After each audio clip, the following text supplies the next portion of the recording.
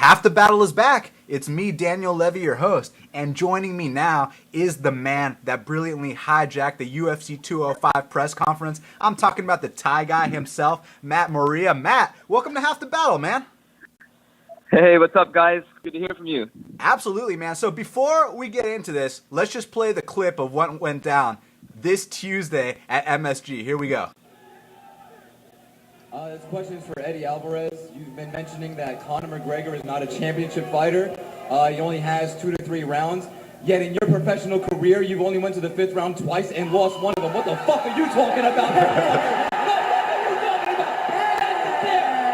the champ. That's the fucking champ right there.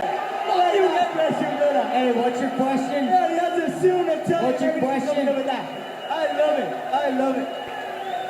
My question was clearly, you've only been to the 5th round twice in your professional career and lost one of them. You're complaining that he has no gas. His question is, why you talking shit? That's his question.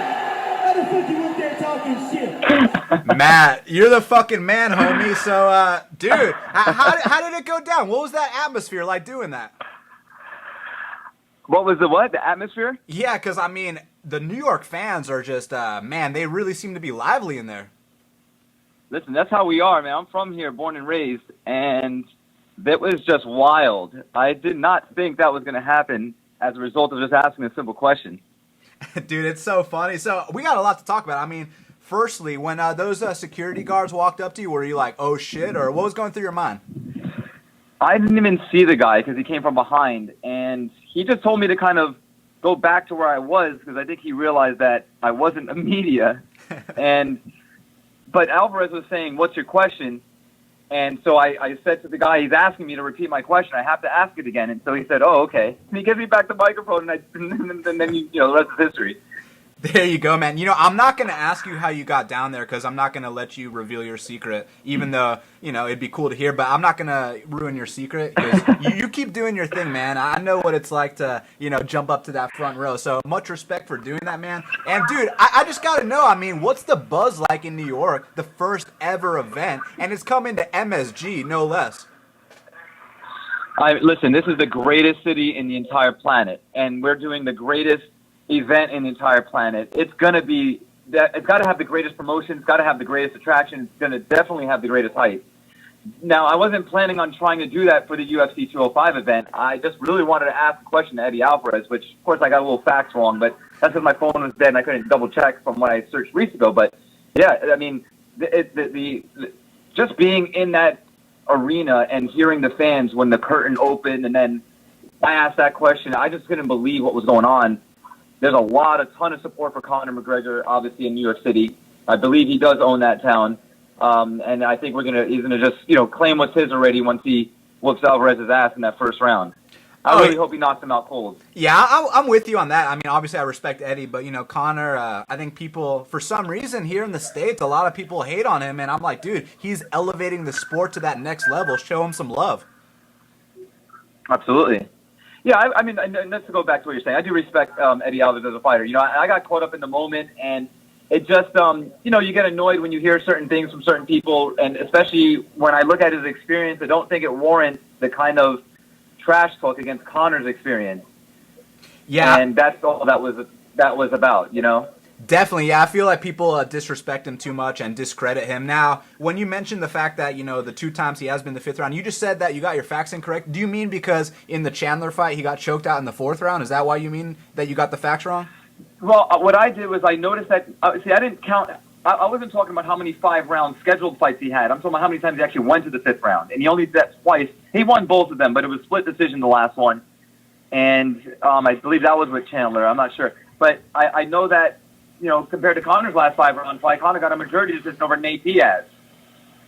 He got a split decision over some dude, and, he's sitting there huffing puffing, I'm a championship fighter, and, come on, really?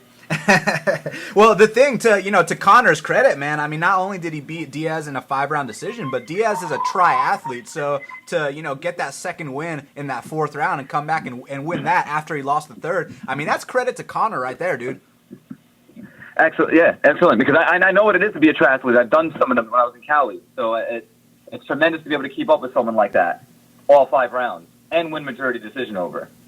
Yeah, no doubt about it. Now let me ask you this: you got your tickets already for UFC 205? I have not. Here's the thing: it was too late for me to order them because I was so busy at work with everything.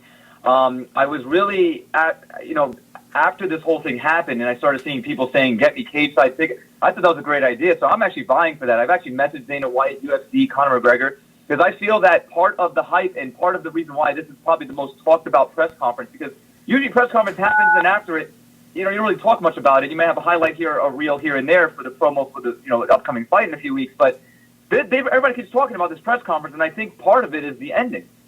And I keep seeing on still, people have videos of highlights of the press conference of Conor McGregor's insults, etc., and the still photos they use for their videos is the result of my question of him clapping the desk. That's the still photo they have.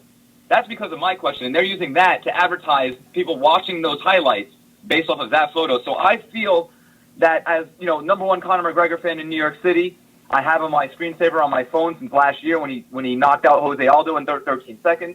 I have him on my screensaver at work. I've been a UFC MMA fan for over almost 4 years. Been a Conor McGregor fan for about 2 years, I guess. And I just feel like, listen, why not? My birthday's coming up. Dana White, let me get to cage side. Let me sit there. Let me represent New York City. Put me on the camera. Let me just wave at least. I don't have to say anything, obviously, but let me go there and let me attend the show at least, because I believe I created a huge hype, and it was by accident, obviously, but Conor stole that show after that, and I think it was great teamwork, if you ask me. Oh, no doubt about it, man. And just like, the fact that you got to ask that question, you got to press row, that just gives me no doubt that you'll make it in the venue as well. And, they should hook you up. But if they don't, I have no doubt in my mind you'll find your way in there. I will try my best. Let's just put it that way. I already have the weekend off from work. I'm going to be going to the media events. I'm going to be going to the weigh-ins. So I definitely will be in attendance during the events prior to the main event, and then I'm going to try to see if I can get in some way, somehow. I have to get in there. Dude, I got to know, what was it like when Jeremy Stevens asked that question and Conor completely shut him down? I was in the stands. That was awesome. I thought that was one of the greatest lines ever.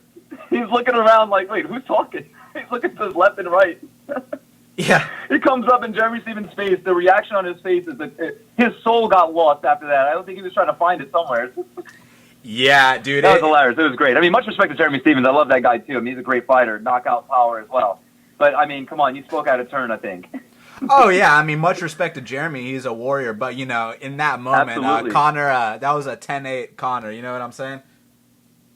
That was a perfect setup for Conor. I mean, he just streamlined that brilliantly.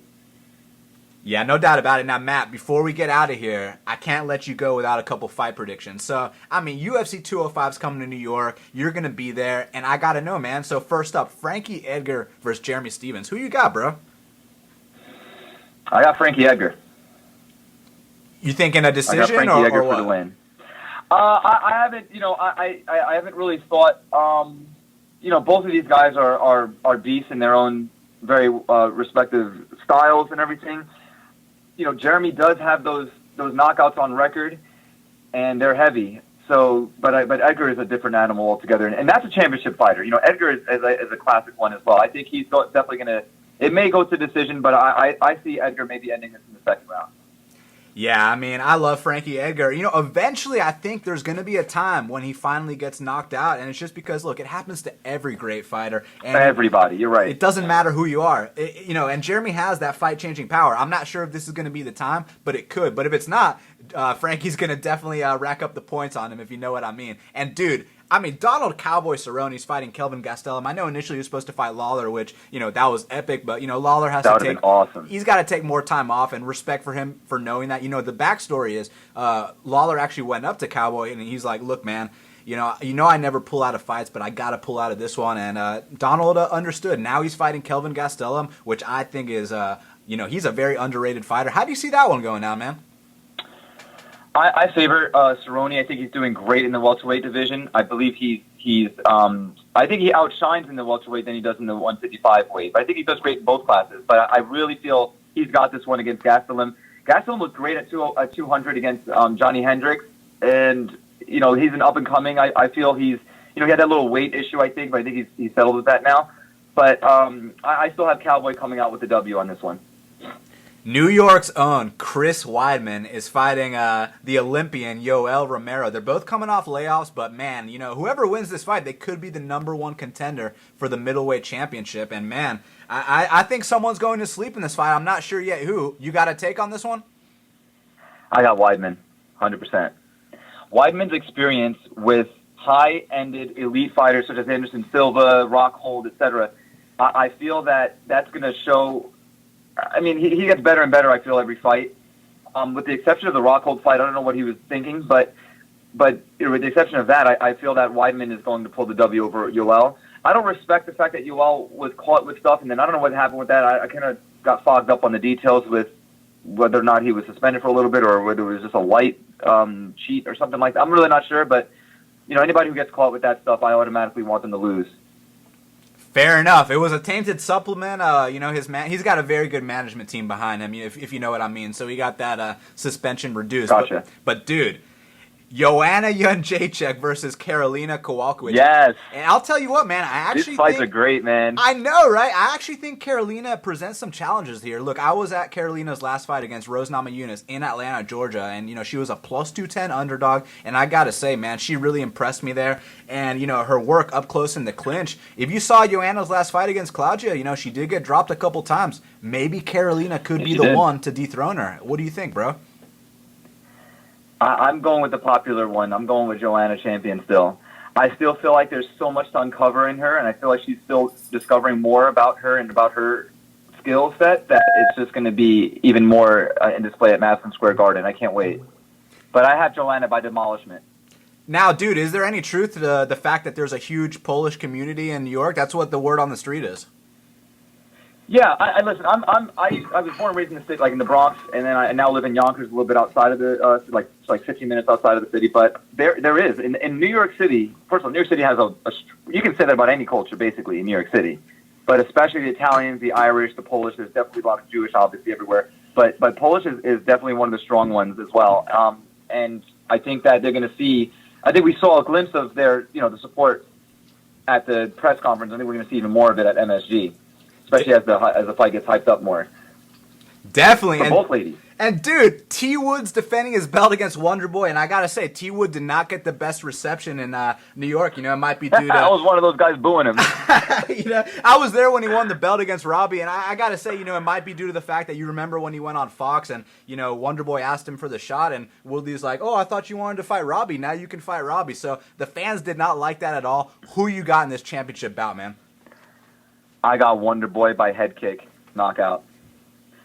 I got Wonderboy being a new champion. I feel Woodley, I still don't know how he ended up getting the belts from Robbie and how he even got the shot. But listen, much respect to him. And listen, all their fighters, anybody who gets in the octagon, there's a lot of respect, obviously. But, there comes, with the fight sport, you got to also be able to take the talk as well and walk it as well. So, I just feel like that Tyron Woodley was talking too soon. He just got the belt, and all of a sudden he was thinking he was trying to call shots already. I thought that was kind of untasteful, and I think that's why the fans, myself included, were booing him. So I have Wonderboy definitely by head kick knockout.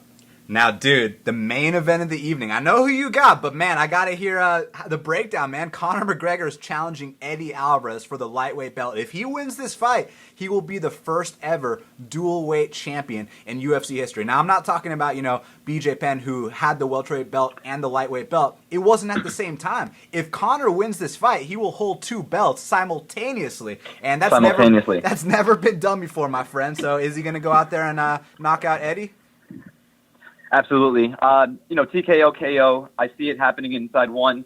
I see Eddie Alvarez trying to change up some of his ways. He's probably going to just, I heard him talk about the first Nate Diaz fight. His game plan against Conor was to, basically lay down on him. But Conor's not stupid, and he's got a great takedown defense. So I feel like he's going to definitely use that to his advantage, and he's going to get the KO early in round one. It's going to be a short night for Eddie Alvarez. Now, Matt, I want to thank you so much for taking the time to speak with me right here, right now on Half the Battle. It's been an absolute pleasure, my man. I'm really glad that we got to talk. Just let the audience know where they can follow you on social media and anything else you want to plug, man. Now's the time. Yeah, listen, I sell Jeeps. If anybody's in the Yonkers, New York area, come to Central Ave Chrysler and come ask for Matt Morea, Thai guy. I can help you out or just say hi. My Twitter handle is MP Morea. My Instagram is xman_p, and my Facebook is Matt Morea, and you have Ty Guy in parentheses on all these social medias, and they'll see my profile picture. They'll recognize it, I'm sure. Hell yeah, they will. Well, for all the fans, thank you so much for checking out Half the Battle. Make sure you subscribe on iTunes, SoundCloud, and YouTube. Go to bestfightpicks.com. Follow me on Twitter @bestfightpicks. And until the next time, let's cash these bets.